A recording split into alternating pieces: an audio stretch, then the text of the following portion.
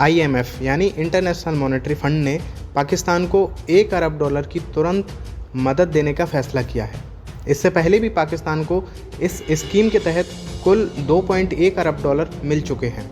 अब ये सिर्फ एक नॉर्मल लोन ट्रांजैक्शन नहीं है, इसके पीछे बहुत कुछ चल रहा है जो हमें समझना ज़रूरी है।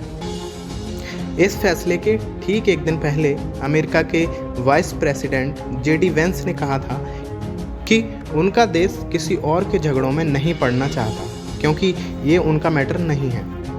लेकिन इसके अगले ही दिन IMF ने पाकिस्तान को फंड रिलीज़ कर दिया। और ख़ास बात यह है कि IMF के बोर्ड मीटिंग में भारत ने वोटिंग में हिस्सा लिया ही नहीं, यानी इंडिया ने साफ साफ विरोध जताया। ऐसा क्यों? क्योंकि एक तरफ पाकिस्तान फंड दे रहा है और दूसरी तरफ इंडिया पर ड्रोन और मिसाइल से हमले कर रहा है। लगातार 3 रातों से पाकिस्तान ने वेस्टर्न इंडिया के शहरों और मिलिट्री एरियाज़ पर अटैक किया। भारत ने साफ कहा, पिछले 35 सालों में पाकिस्तान ने 28 बार IMF से पैसे लिए हैं, लेकिन कभी कोई बड़ा सुधार नहीं किया। और तो और पिछले 5 सालों में 4 बार बेल आउट पैकेज भी मिल चुका है। ये सिर्फ इकोनॉमिक क्राइसिस नहीं है, ये फाइनेंशियल मिसमैनेजमेंट और आर्मी फोकस्ड सोच का नतीजा है। अब थोड़ा समझते हैं कि IMF में ये फैसले होते कैसे हैं। IMF का एक एग्जीक्यूटिव बोर्ड होता है जिसमें 25 डायरेक्टर्स होते हैं। ये 190 देशों को रिप्रेजेंट करते हैं। लेकिन यहाँ वन कंट्री वन वोट वाला सिस्टम नहीं है। हर देश की वोटिंग पावर इस बात पर डिपेंड करती है कि उसने IMF में कितना पैसा दिया है।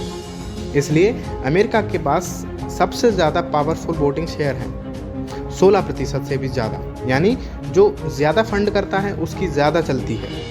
अब सवाल उठता है, जब सबको पता है कि पाकिस्तान में टेरर ग्रुप्स खुलेआम चल रहे हैं, फिर भी इंटरनेशनल बॉडीज़ उसे सपोर्ट क्यों करती हैं? इसका जवाब है strategic control. Western countries Pakistan को पूरी तरह से छोड़ना नहीं चाहती, क्योंकि उसकी जियोपॉलिटिकल लोकेशन बहुत अहम है। अगर वो पाकिस्तान को पूरी तरह छोड़ देंगे तो चीन उसका पूरा कंट्रोल ले लेगा। चीन पहले से ही पाकिस्तान की मिलिट्री और इकोनॉमी का बड़ा पार्ट हैंडल कर रहा है। और IMF का ये फंड एक साइलेंट सिग्नल है कि वेस्ट अभी भी पाकिस्तान से पूरी तरह नाता नहीं तोड़ रहा। तो ये फंडिंग सिर्फ इकोनॉमी के लिए नहीं होती, ये एक पॉलिटिकल टूल है। एक तरीके से कर्ज दो और बाद में उसका रिटर्न लो, पॉलिटिकल या मिलिट्री सपोर्ट के रूप में। अब सोचने वाली बात यह है कि क्या ये फंड शांति के लिए जा रहा है या फिर टकराव को बढ़ावा देने के लिए है? असल में IMF की हर बेल आउट डील के पीछे सिर्फ नंबर नहीं, एक बड़ा गेम प्लान होता है।